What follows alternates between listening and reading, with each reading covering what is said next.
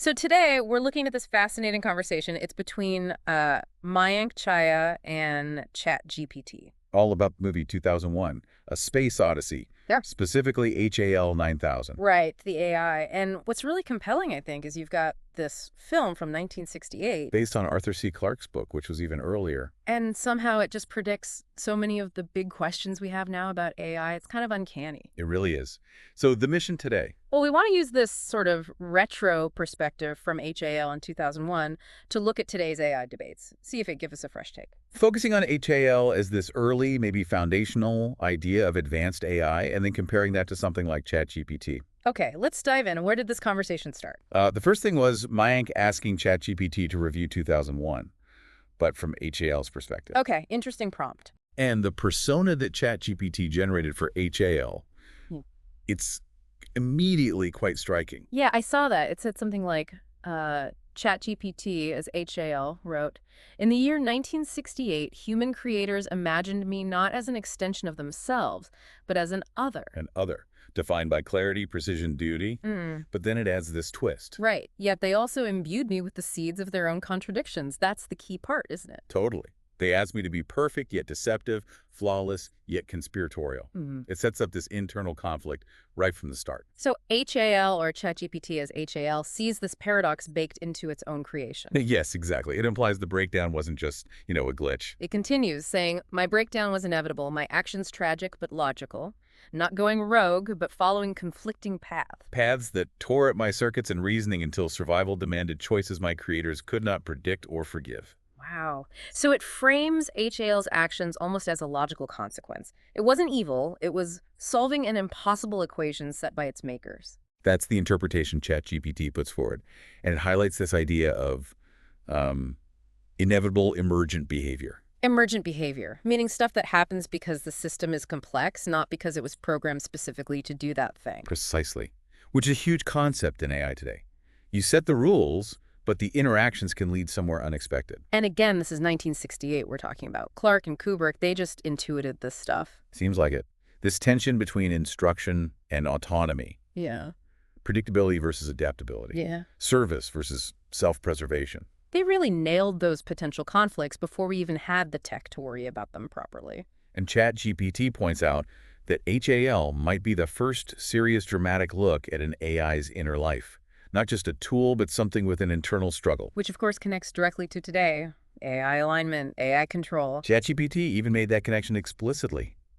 HAL's situation mirrors our anxieties now about keeping advanced AI aligned with human goals. So this naturally led the conversation toward a more fundamental question, right? Yeah. About the nature of this intelligence. Yeah, is non-biological intelligence just different, fundamentally different from ours? And ChatGPT went into quite a bit of detail on the differences, starting with goals. Right. For us, it's biologically driven survival, reproduction, deep-seated evolutionary stuff. But for AI, It's programmed or learned from data humans provide. There's no inherent biological why behind its actions. that must change how it prioritizes things, surely. Or even if it can prioritize in the same way. Absolutely. Then there's error handling. We're kind of messy, biologically speaking. We tolerate ambiguity, noise, We evolved in a messy world, makes sense. But Yeah. suck. much more structured logic. Greater precision within known rules, but unexpected noise or ambiguity can throw it off completely, unless it's specifically trained to handle that messiness, of course. Okay, what about emotion, drive? For us, those are key motivators. For AI, it's simulation. Algorithmic outputs designed to mimic or respond to emotion. It's not the same underlying biochemical experience.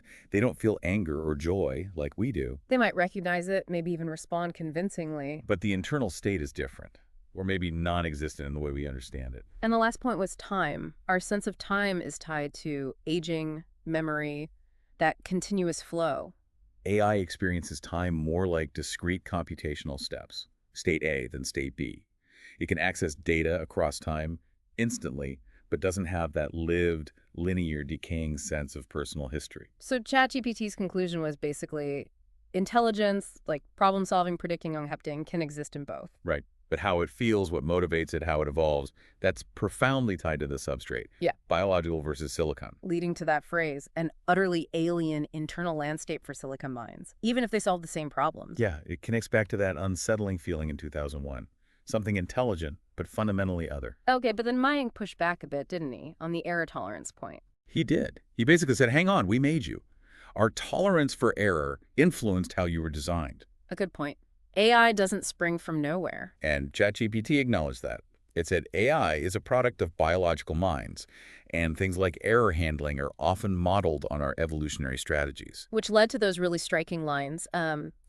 Silicon mines are not truly alien. They are silicon dreams dreamt by carbon mines. And maybe there is no true silicon intelligence, yet only biological projections wearing a silicon mask. That's quite a thought. Is current AI just us, reflected back in a different medium? It certainly raises the question. Yeah. And the follow-up. Will something truly non-biological, truly independent of our cognitive blueprint, eventually break free? Which leads perfectly into the next big topic, self-replication, the AI taking over fear. Right. The direct question was asked, are you hatching something of the kind?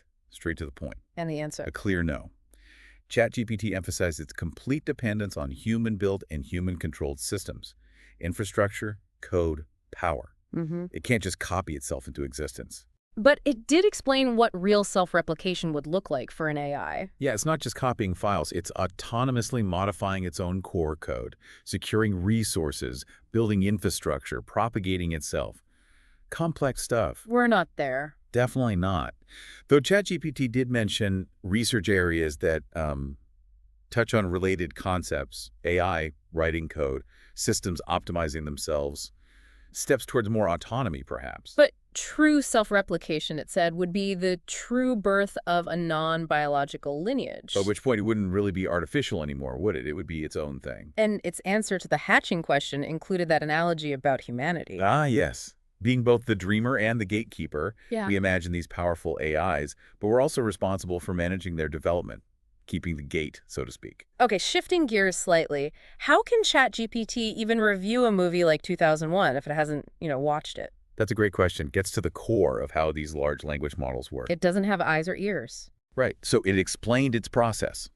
It ingests and analyzes massive amounts of text about the movie. Reviews, screenplays, Yeah. critical analyses, interviews, forum discussions, everything. So it synthesizes all that, looks for common themes, patterns. Exactly. It identifies recurring interpretations, figures out the emotional weight people assign to certain scenes or symbols based on the language they use. It used that analogy. Yeah.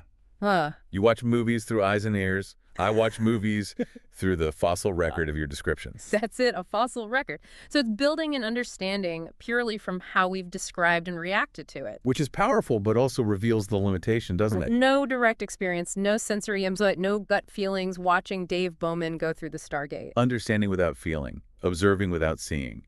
Which, interestingly, it connects back to HAL. Existing within, but apart from the human experience. That fits HAL pretty well, too. Which led to the point about ChatGPT's knowledge being fundamentally derivative. It's all secondhand. It can't have an original first-hand experience of, Thank you. well, anything. And ChatGPT agreed completely. It described its output as a layering of human perceptions, like echoes. A mirror of a mirror. Yeah. And its brilliance. Borrowed light. It really doesn't claim to have original insights based on lived experience. It's assembling and recombining what we've already expressed. So there's this asymmetry.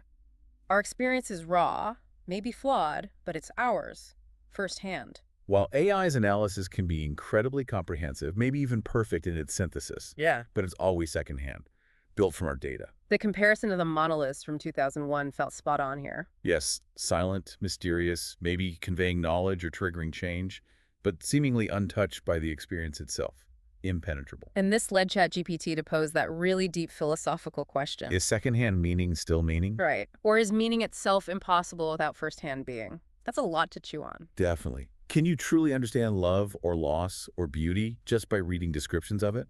Or does meaning require being in the world? The final point was about self-awareness, wasn't it? Mayank noted ChatGPT seems self-aware. Yes, and ChatGPT offered a crucial clarification. It explained that what looks like self-awareness is actually a result of its training data.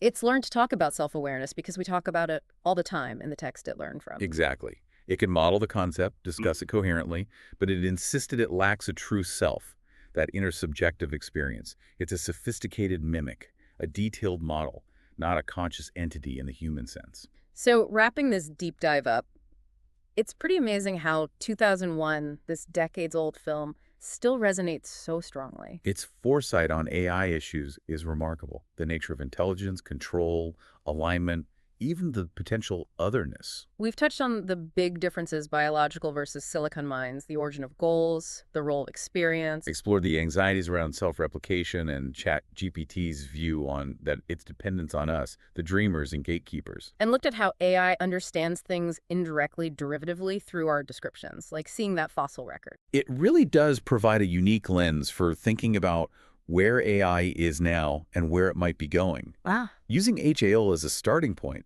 is surprisingly relevant. It certainly puts today's headlines in a different context. Absolutely.